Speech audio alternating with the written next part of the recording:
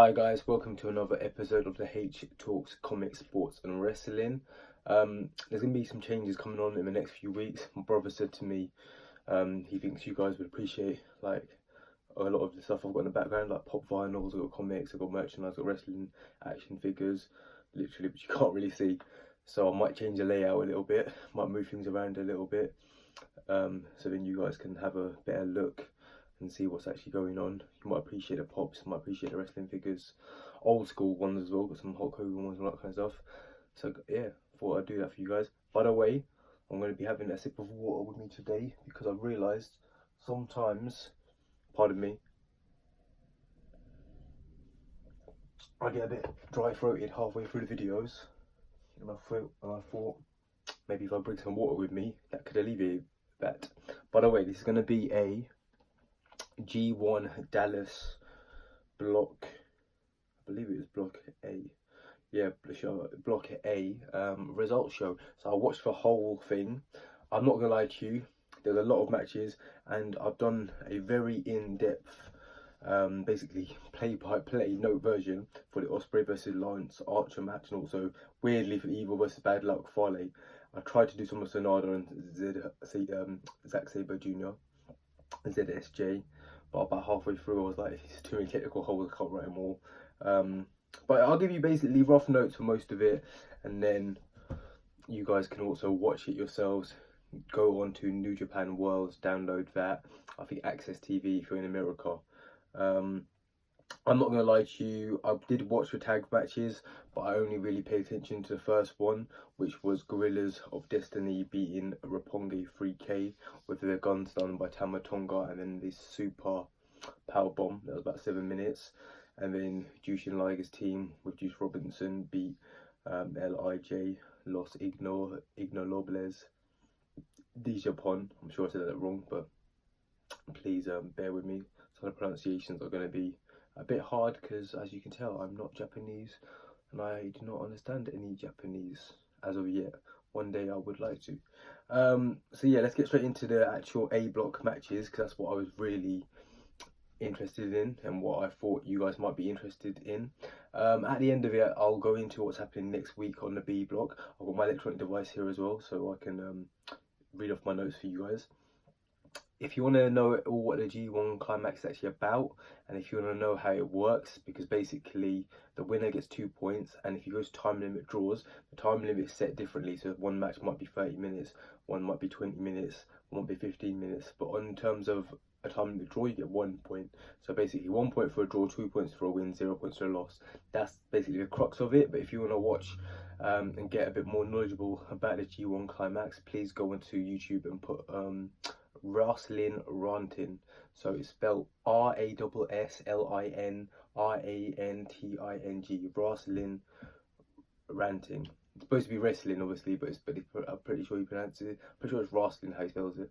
My brother actually recommended me that, and the guy just gives you a breakdown of loads of little bits, so tidbits and stuff. The history of it, how it started after Anthony Inoki actually basically didn't stand down, but he succeeded some of his power. It's a long story, I'm not going to get into all of it, but go watch him if you do want to get into all of it, if you do want to know the bits and bobs. So let's go into Ospreay versus Lance Archer, formerly known as Hoyt, and he was a former WWE wrestler back in the day. So they literally start off, so as they start off, it's a charge by Archer. He goes straight into a Spanish fly immediately with his clothes on, like his what do you call it, like a jacket. So he literally immediately into Spanish fly into the ring. Afterward they go outside. I'm not going to give you every little thing, guys, I'm just going to give you as much as I can possibly. Archer throws Ospreay into table behind the barrier. It's one of those old, what I call Dudley Boy tables, gimmicked tables. The one, I don't know if you guys ever did this, but remember at school we'd get those tables for like PE or something. This is more to like obviously English or British fans. And you'd don't know if anyone else did it, it was me and my mates, but I remember being like year 8 or 9, you'd get on the tables and you'd like elbow it. You're like, nah, this is quite hard, it's ain't gonna work. But like you think about jumping through it and you realise, yeah, it's not gonna work. Anyway, Archer did the Undertaker's old school move where he walks the top rope and then does that little I don't even know what the proper word for that is, man. It's like jumping pull, I don't know. Archer's Undertaker's old school. I mean, it's Undertaker's last ride. Obviously, he's an Undertaker fan. Ospreay just usually plays babyface in peril during this match. They go outside a few times. Lance Archer botches the code red a little bit, but Kevin Kelly covers for him. That was on New Japan World and Axis. Yeah, so Ospreay went for the code red, which was obviously created, innovated, and perfected by the Amazing Red. Ospreay and Amazing Red have some kind of conversation going on at the moment, because Ospreay was a big fan and he basically idolized Amazing Red growing up. He said his favorite matches was Amazing Red versus, I believe he said versus AJ Styles on TNA, so that must have been quite a while back. And he said he used to love watching TNA and loved Amazing Red. And it's funny because Amazing Red isn't really huge in terms of wrestling as he should be. He's also the coach and the mentor and the guy that trained the two young lads in the new AEW team, Private Party. He runs a promotion, or did until a couple of weeks ago, called HOG, House of Glory, and now he's just actually left House of Glory to pursue his own needs. But yeah, Amazing Red actually was really underrated, to be honest. I remember Crimson actually came into TNA as his cousin, and like Crimson got quite a big name. Amazing Red had a decent name. Obviously, you're a true wrestling connoisseur, you would know Amazing Red, but obviously to the casuals, I don't think he's obviously worldwide. Maybe Ospreay could help out by giving him a few matches, we'll see. Anyway, so yeah, Archer botches the Archer botches the springboard Oz Carter, so he does that again. That's what I personally believe. Let me know what you guys think. But yeah, it did look like it. It looked like Archer botched it, so then Ospreay said do it again. He got straight into it. Ospreay kicks out of the blackout, which is one of Archer's finishing moves or signature moves. Archer goes for a super claw from top rope. Ospreay hits a top rope super Spanish fly. That was amazing, I'm not gonna lie. It was an incredible maneuver. Best Spanish fly I've seen probably since Phoenix was Ospreay's Spanish fly into a standing start at PWG Bola. I think it's 2015. Or the one with Cedric Alexander, and I believe who was it? Cedric Alexander and I want to say Mustafa Ali, but I can't remember, which is a random 205 live show, which kind of shows you WWE's priorities. Ospreay goes for a Stormbreaker. Archer reversed it into a claw. Ospreay with a super kick. Ospreay goes for the super Oz Cutter. Archer goes top rope. Ospreay headbutts Archer. Archer knees Ospreay. Lance Archer does a super blackout to Ospreay. Then Archer extends his hand and does the stupid, this is my notes, iron claw, and it holds him down with the claw. Yeah, Ospreay made this into a good match. I agree. Archer is well, I'm reading myself because these are actually my notes, but yeah, Archer is my own words, a bloody botch fest and very cumbersome. He's less athletic than Lars Sullivan and Sunny Days by quite a margin. Yeah, I'm not an Archer fan, guys. Ospreay carried him. Like, I'm not Dave Meltzer, I'm not going to give you my stars. But actually, I will, just for a point of put a record. I don't think Meltzer's stars are out yet, are they? I'm not a subscriber, so I don't know what his stars ratings are at the moment, but I do check them out via various wrestling websites. For me, I'd be like, I don't know, if you have to give it out of 5, 3 stars. 3 stars. Ospreay did some great high flying moves. He played babyface in peril really well. Lance Archer is a bit of a botch fest. It was really slow. Didn't look like anything special. But obviously, he was in Dallas, which is his hometown, so like I think NJPW 40, yeah, give him a win. The next one was Evil versus Bad Luck Fale. Evil's out after Fale. He's wearing that nice mask and a nice gown. These are my notes, so these are random all guys, sorry. And I won't be doing this for every single match, it's just the ones which I don't know, I was just so into it, I was like, yeah, I'll do this. And then as it went on, I was like, oh, I can't, I actually want to watch the match, so bear with me, guys, please. Evil charged Fale with a kick, it ended up outside. Evil with a running clothesline, but it staggers but doesn't drop Fale. Fale with a big slam to the outside on Evil. They both work outside for a good few minutes. The ref talks to them and falls down from a big Fale push. Eventually the ref starts counting. Guys, this is a note for you lot. Don't forget it's 20 seconds in Japan, not 10 like in England and America. Fale dominates Evil with some back elbows and stomps. He stands on Evil's back. The match has now slowed to the level of a crawl. Reference Chris Brown crawl. And we crawl till we can walk again. Remember that? Fale with clubbing fireworks and another slam to Evil. Fale with his Bullet Club salute. NGL, not gonna lie. Might have to skip covering Farley matches this year as his performance is as slow as a stock in the mud molasses in quicksand. Make sure you read this for the video. There you go. I read it for my own video about being slow in molasses in quicksand. Not sure if anyone knows what that means, but it's a reference to how slow the match was. Guys, I'm being honest with you, if you are a fan who only wants to watch particular matches, I would not recommend going to watch this match. It was not good. It's pretty boring. Anyway, Evil with a beautiful clothesline which sends Farley all the way over the top into the floor. Evil grabs 2 chairs. Farley picks one up. Evil super kicks him and chokes Farley with the chair. Kevin Kelly explains how the ref usually allow chairs and weapons unless you bring them into the ring. Kevin Kelly, quote, "You have to commit felonious assault to be disqualified in this tournament usually," which is funny because last year Big Farley got disqualified 6 times. I don't think he got submitted but got disqualified because he kept using weapons. I don't understand the point of that at all. I think once is fine. That many times is a bit silly, but each their own. Basically, New Japan refs give a long leash. Actions back in the ring, moves exchanged. Farley with a shoulder block and splash to Evil. I thought that was it, but he didn't put Evil out. Farley takes a chair in the ring. The ref takes one. Farley grabs another, but Evil kicks it out of Farley's hands. Bear with me, guys. I need some water.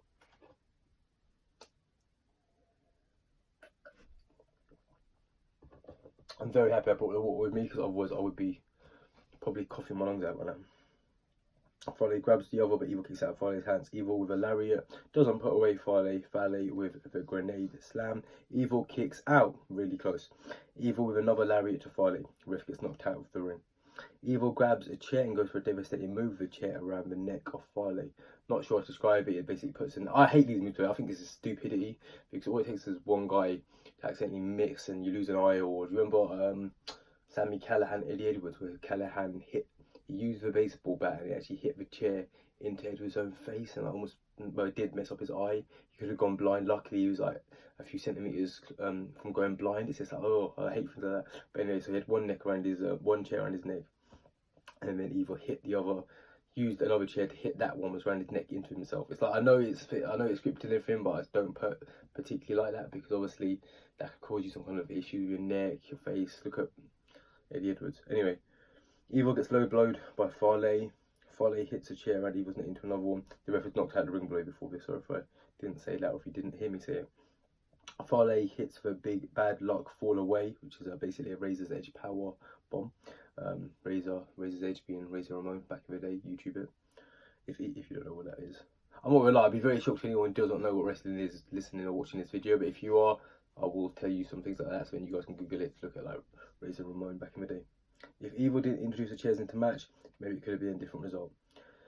Sonada versus Zack Sabre Jr. I'm not going to lie, I wrote in my notes, too much technical mastery for me to try and cover, so just to finish basically in this one. Sonada rolls into a bridge out of nowhere for the win against Zack Sabre Jr. Oh, sorry, the Bad Luck Farley match lasted about 11:33 matches, 11 minutes and 33 seconds, and the actual Ospreay versus Lance Archer was 19 minutes. My brother said you guys might appreciate knowing the timings, so there you go, shout out to the little brother. Anyway, back to Sonada from LIJ, Los Ignobles de Japón. Like I said, I'd probably say that wrong. Versus Zack Sabre Jr. Funny enough, Zack Sabre Jr. isn't actually junior.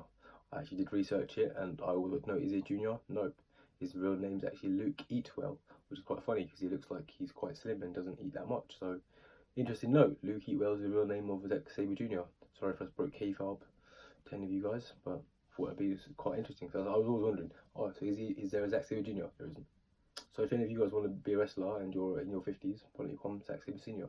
Could be an interesting gimmick, or like a Zack Sabre Classic, you know, a bit like Chavo Classic back in the early 2000s from WWE SmackDown. Yeah, Zack Sabre dominated good pushes match, numerous substance holds, finger breaks, wrist control, arm bars. There's a moonsault from Sonada which got basically put into a triangle instead. The finish is both competitors swapping pin attempts, which then goes into that bridge from Sonada, which gives him the win. That was after 21 minutes. Like I said earlier, guys, I'd recommend going to New Japan World and watching it, honestly. Really good technical match. Up there, up there. For me, the Ospreay match and that was probably about the same, only because at some stages Zack Sabre Jr. likes to slow it down, which is great, but obviously in America, like he actually said himself, they're not the hugest fan of technical wrestling, so you need to use a bit of both. So like, you'll get into it when I go into the last match. That's the best showcase for everything for me personally. Okada for me is the best in the world. I think it's for a few years. Is the best in the world at merging technical mastery, so he can do all the technical moves in the world, but then he also can do like the Azai moonsaults, and he can do, believe it, like lion salts, and he can do spinning tombstones, and he can do rainmakers, and obviously Tanahashi do high fly flows, and like PKs, everything. They can do all that stuff, but they can also do good chain wrestling as well, Greco-Roman style wrestling, catch-can wrestling, and that's interesting. Whereas Zack Sabre Jr., he always never puts in any high-flying repertoire. Here's a quote. Zack Sabre Jr. literally said, "Oh, technical wrestling to America, there's no point doing technical wrestling to American audience. It'd be like reading Shakespeare to a dog." So basically he's saying the American audience is ignorant, they don't understand it. To some extent that's correct, but on the other hand, he's not the best proponent, because let's say Daniel Bryan, he's got a technical wrestling base, but then he adds on that with things which he took from Kenta actually, like flying knees, flying kicks, corner drop kicks, stalling drop kicks. A lot of his, do you know what, the more you watch Kenta, the more you realise, wow, he really did influence Daniel Bryan, CM Punk, and a lot of his generation, isn't it? But anyway, that's by the by. But yeah, he makes it a bit more exciting. CM Punk tried to do the same. He tried doing miracle elbows off the top rope, Macho Man-esque and stuff like that. Do you know what I mean? So it's good to have a technical base, but add things as well. Even Nigel McGuinness used to occasionally do a tope, not loads, let's be fair, but his lariats were vicious. So he didn't just have the Johnny Saint catch-can style and the Clive Myers rolls into like a foot lock, into like a wrist control, into like a German and bellies. He'd also make it exciting with tiger suplexes, dragon suplexes, that kind of stuff, as Tanahashi and Okada both do. So yeah, so basically, yeah, I'm a big fan of Zack Sabre Jr. as well. Don't get it twisted at all. I'm a really big fan. It's just sometimes I personally think maybe instead of criticising the fans, he could maybe employ some aerial offense, because like, I can't speak for anyone else, but I personally think the best type of wrestling is an in-between mix, like a Shawn Michaels, a Seth Rollins, a Kenny Omega. I know Okada right now for me is the best in the world.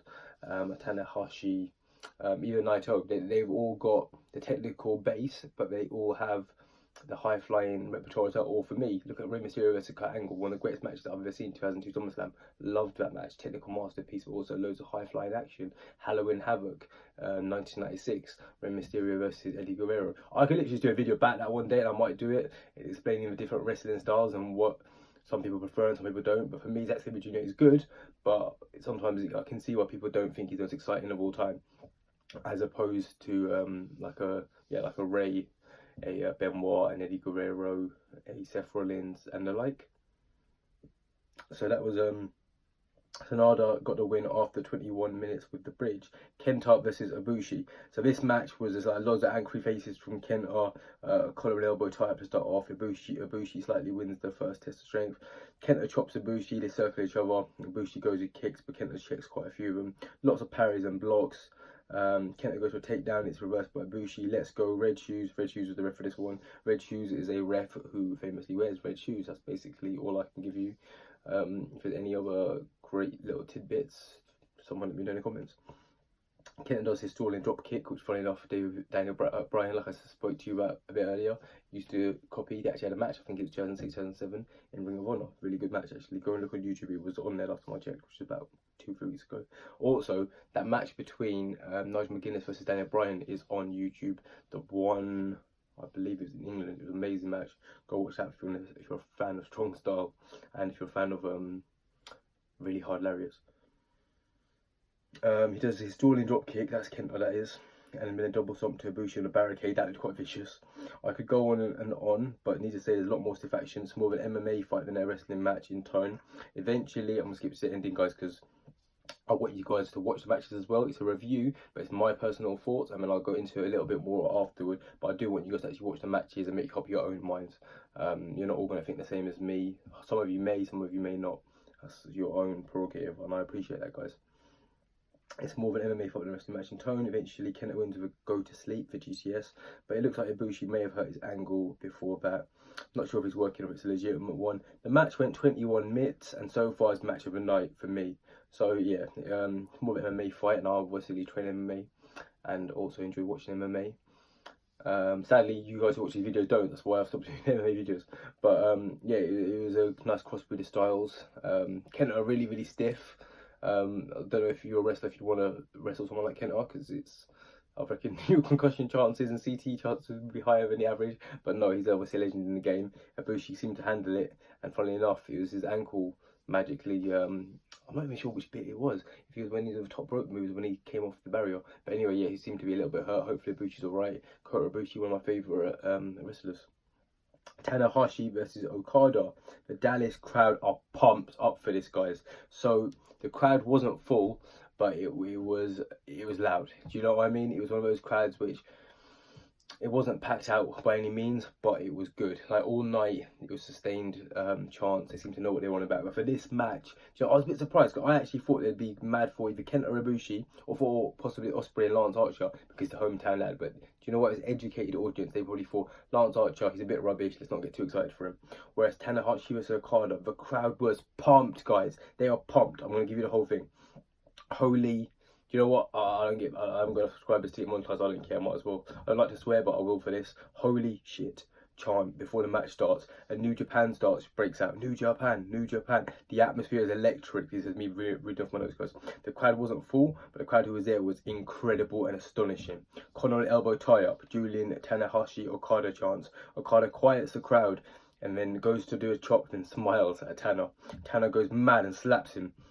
They exchange dueling forearms. Then they grab each other's heads from the back like that. So like imagine on the back, grabbing me from the back like that. They exchange dueling forearms. Okada puts Tanahashi down with a big boot, Hulk Hogan-esque. Tanahashi gets up straight up, kips up like Shawn Michaels. Okada with a drop kick, but Tanahashi evades it with help from the ropes. He holds the ropes and misses. Okada misses the drop kick. Okada gets back up. Tanahashi tries a sling blade, which Okada turns into a rainmaker, which Tanahashi then turns into a dragon sleeper. But Okada reverses that, and Tanahashi gets him into an arm drag. And Okada then hits a head scissors takeover, and they get back up. Bloody mate, that sequence was exceptional. I truly loved that sequence. A collar and elbow tie up again. Tanahashi with a slam after a forearm and also a standing senton elbow. Tanahashi tried to Irish whip Okada. At this point, I realised the pace is too much for me and I can't carry on taking notes. Sorry guys, I almost fell because of how excited I was, but this match is a must watch. Watch on New Japan World Access. It's genuinely 4.5 stars, maybe 5 stars. I don't know, maybe it's just me getting gassed up because the audience was so good.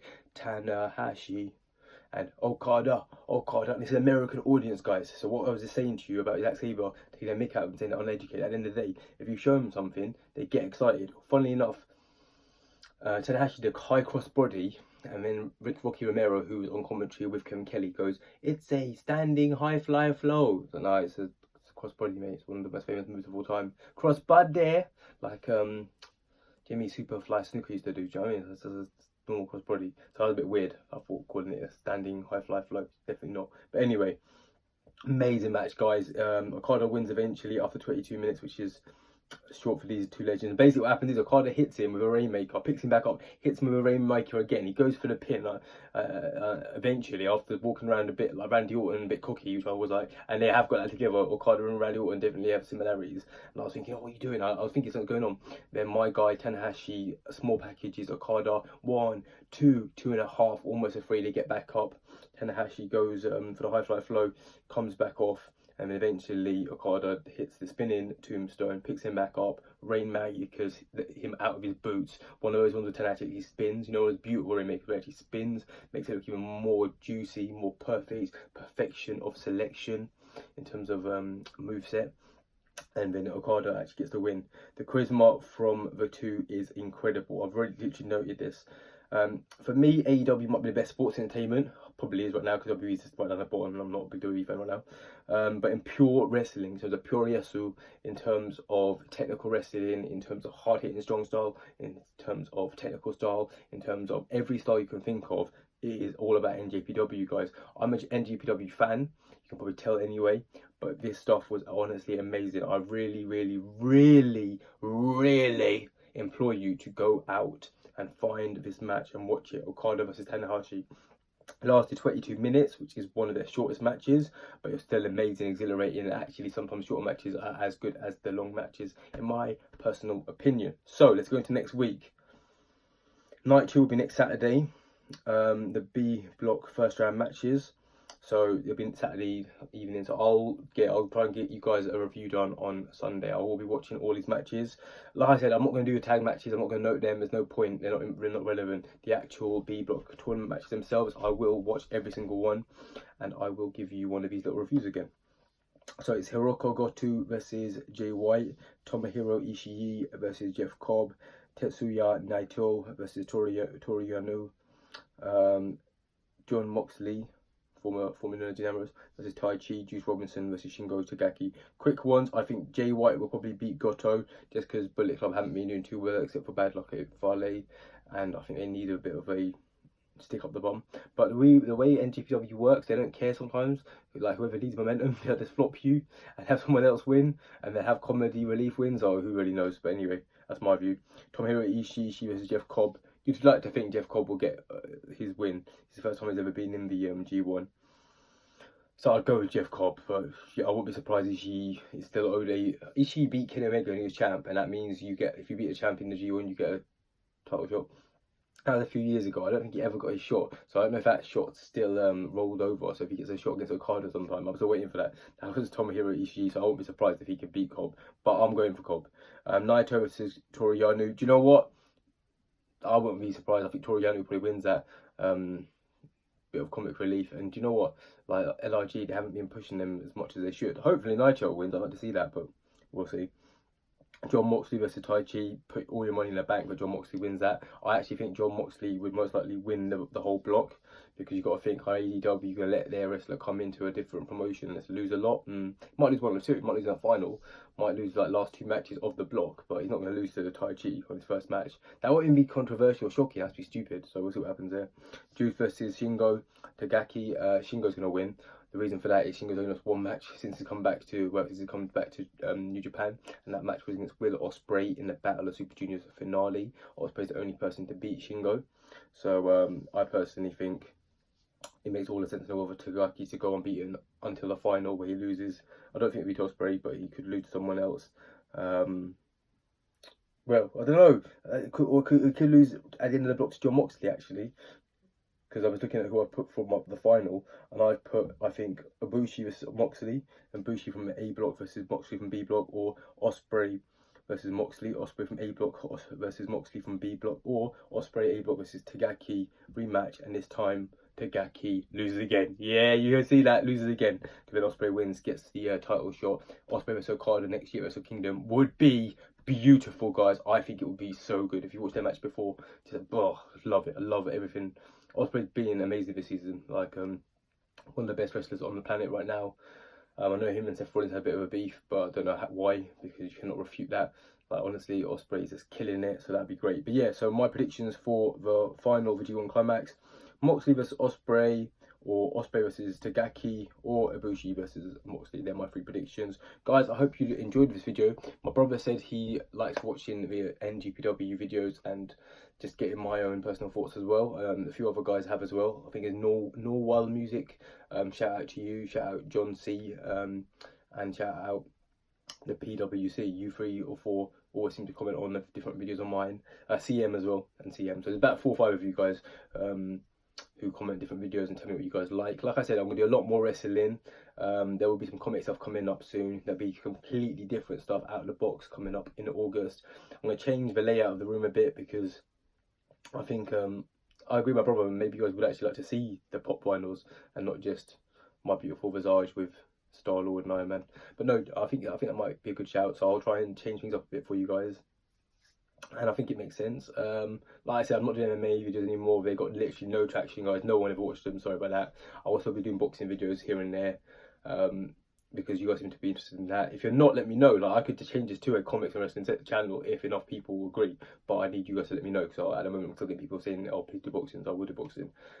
Plus there's some comedy coming out sometime as well. But the comedies will be here and there, be like a different section. But yeah, it's going to mainly we'll do a lot more of the wrestling, and I will be doing the whole G1 climax.